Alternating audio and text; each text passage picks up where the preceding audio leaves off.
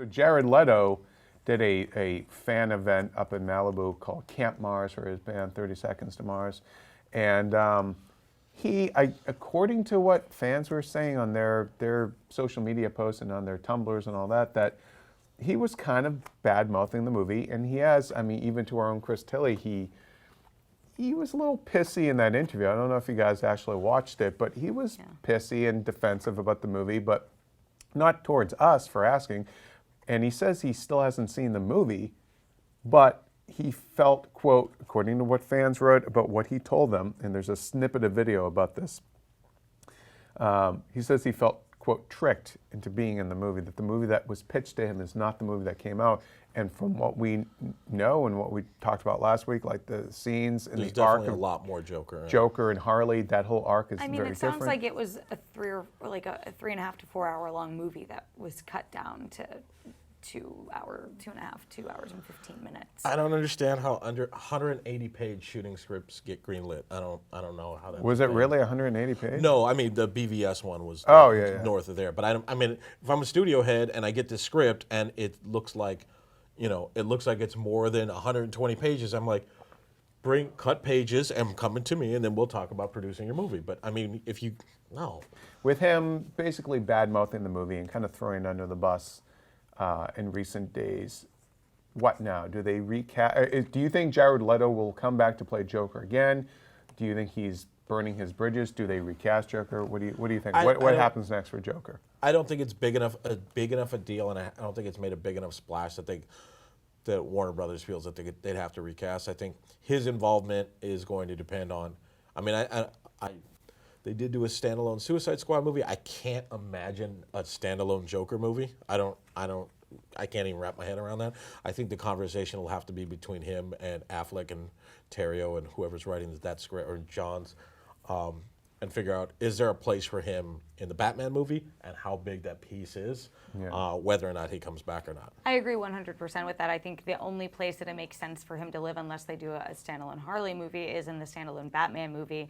We've got our sights set on a bigger villain in Justice League and Justice League Part 2, whatever that ends up being called with Darkseid. Like, I think that Joker is a small fry, especially for how much they underused him in this film. Joker is a small fry. There's a quote that's going to get taken out of context. He's just not a big bad. He's not established as a big bad. He's not a in the villain. context of that movie. You mean in terms of a cosmic threat that you would need? Yeah, in terms of a big threat that is bearing down, that would need to have an appearance coming soon. I think if they wait until the standalone Batman movie to bring him back, hopefully the conversation has changed on this franchise. Hopefully the movies have started really sort of figuring out what they're doing.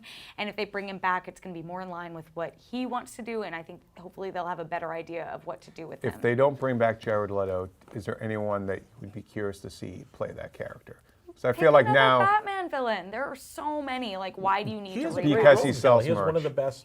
Yeah, but it'll if you can't make it up in box office receipts, you got to make it up somewhere else. And Two-Face is my favorite Batman character and probably my favorite comic book character. But there's a reason why I collect Two-Face figurines and all that stuff. It's a reason why I probably own pretty much everything that's been made, because they don't make a lot, because he doesn't sell merch the way Joker and Harley. But I mean, they'll still put a Joker toy in the set anyway.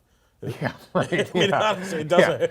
Yeah. There will be a Joker I think shirt and a Joker toy. Eventually they're going to have to resolve the Robin thing. It feels like either, it's sort of been haphazardly put in there, or it is leading up to a bigger confrontation farther down the road, which I hope is the case, because I think that's compelling. And I think that's when you bring Joker back in, is when you need to set the record straight about what happened to Joker, or maybe there's more to the Jason Todd thing than meets the eye, if that is the Robin, which... So you have no picks for who would play Joker next. Because think about it, whoever comes in, they don't have to follow Heath Ledger. He actually, I'll give Leto his due.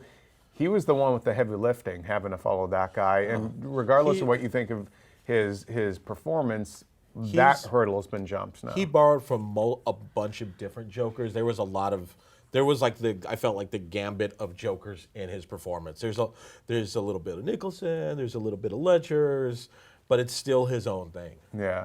All right, well, back in the day before he became Vision, you go see a movie called Gangster #1, and you watch Paul Bettany in that, and I'm like, he would have been an interesting Joker. But that's all I'll say. We want to hear from you guys. What do you think?